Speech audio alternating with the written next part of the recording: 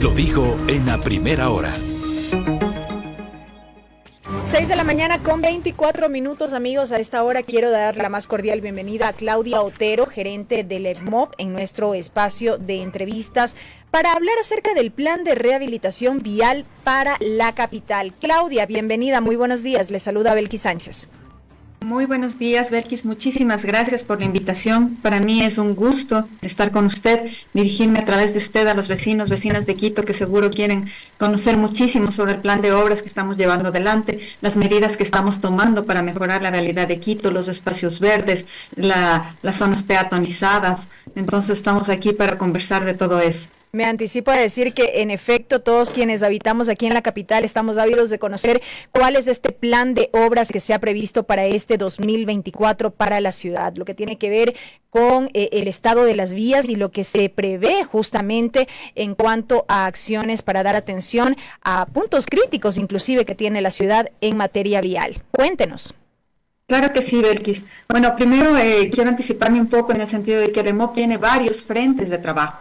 No únicamente la vialidad es uno de ellos, muy importante, al que ya me voy a referir, pero tenemos también otros temas bien importantes y con muy buenas noticias, porque estamos trabajando en espacios verdes, en espacio público, en corredores seguros, en parques, estamos mejorando la capacidad de cobro en los terminales, emprendiendo la automatización también en los terminales terrestres, en los parqueaderos.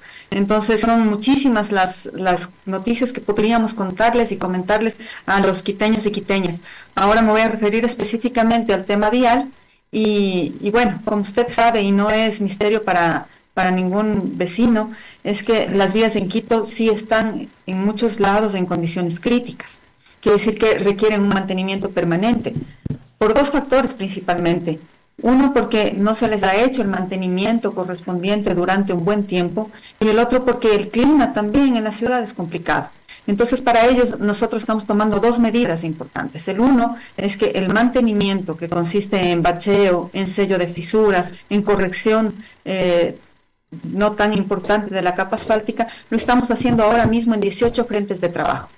Pero como eso no es suficiente, estamos también llevando adelante 8 procesos de contratación pública. Estos procesos están ya en el CERCOP y estamos en la recepción de ofertas en algunos, otros ya por adjudicarse, para que podamos cuadriplicar esa capacidad de gestión en cuanto al bacheo y el sello de fisuras. Por otro lado, la rehabilitación en aquellas vías que ya necesitan una reconstrucción prácticamente. Tenemos 173 kilómetros que los vamos a hacer en este año. Esa rehabilitación, que entiendo es integral, si me permite, Claudia, 173 kilómetros, que abarca qué zonas y qué inversión. Claro que sí. Los 173 kilómetros más el bacheo está sobre los 80 millones de dólares.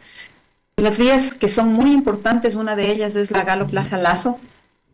Desde antes del peaje de Villacoto hasta el Labrador se va a intervenir. Otra muy importante es el eje vial de la ecovía, que usted sabe está en pésimas condiciones y al estar relacionada con transporte público y cercana a varias paradas del metro, es importantísimo que esta vía ofrezca no solo condiciones óptimas para el transporte público, sino condiciones de seguridad. Esa la vamos a intervenir con hormigón.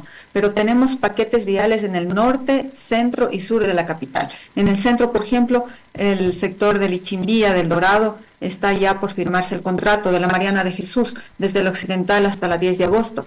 Tenemos al norte Calderón, tiene una parte muy importante de consideración. Al sur tenemos Quitumbe, Chillogallo, bueno, entonces, a lo largo y ancho de la ciudad, los 173 kilómetros. Que arrancan este 2024, evidentemente con proyección quizás hasta el 2025, porque entiendo tendrán toda una planificación para el efecto. Claro que sí, hay obras que requieren más tiempo. Como usted comprenderá, por ejemplo, la Galo Plaza Lazo es una vía bastante ancha, son 18 kilómetros de intervención, entonces vamos a tener que trabajar por tramos, porque además interrumpir el tránsito ahí de manera permanente no lo podemos hacer. ¿Qué es lo que hemos estado haciendo? Y eso es una disposición que hemos recibido, además del alcalde, es ampliar nuestras jornadas de trabajo, donde se pueda 24 horas, donde se pueda hasta las 10 de la noche, hasta las 8 de la noche. No siempre podemos trabajar las 24 horas porque estamos cerca de zonas residenciales, donde los vecinos, vecinas nos dicen, nosotros vamos a colaborar, pero no podemos dejar, no nos pueden dejar la maquinaria al lado a las 24 horas, necesitamos descansar, nuestros hijos necesitan dormir. Entonces, como estamos en constante contacto con los vecinos y vamos a emprender la socialización correspondiente, con ellos vamos a acordar también los horarios de intervención.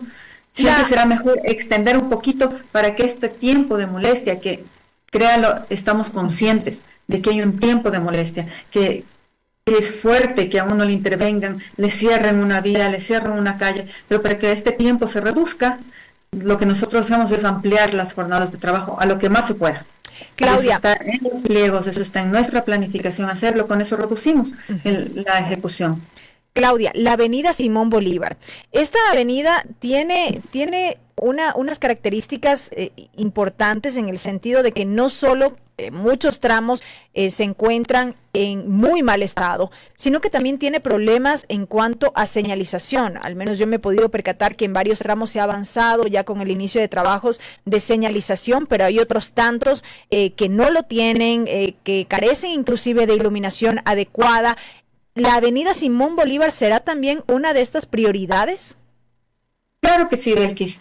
Ustedes han visto, nosotros estamos interviniendo en la avenida Simón Bolívar en señalización y en bacheo, pero también vamos a hacer la rehabilitación de ciertos tramos importantes que ahora mismo se encuentran en pésimas condiciones.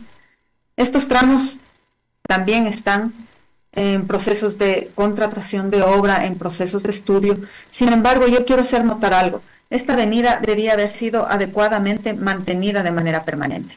Que llegue al estado en el que está, que nosotros vamos a actuar sobre aquello, pero que llegue al estado en el que está, sí implica una falta de responsabilidad terrible, porque la iluminación en ciertos tramos aún no se ha entregado, por ejemplo, a la empresa eléctrica Quito. La señalización no existe desde hace varios años porque no se le dio el adecuado mantenimiento. ¿Qué hemos hecho? Priorizar. Las zonas más peligrosas son las que ya se ha trabajado. De ahí vienen las siguientes zonas, la de riesgo número 2, donde también estamos interviniendo ya en señalización, y luego vendrá el resto de la vía. Lo mismo tenemos que hacer en la rehabilitación, por tramos. Entonces, hemos priorizado las partes más dañadas y ahí es donde vamos a intervenir primero.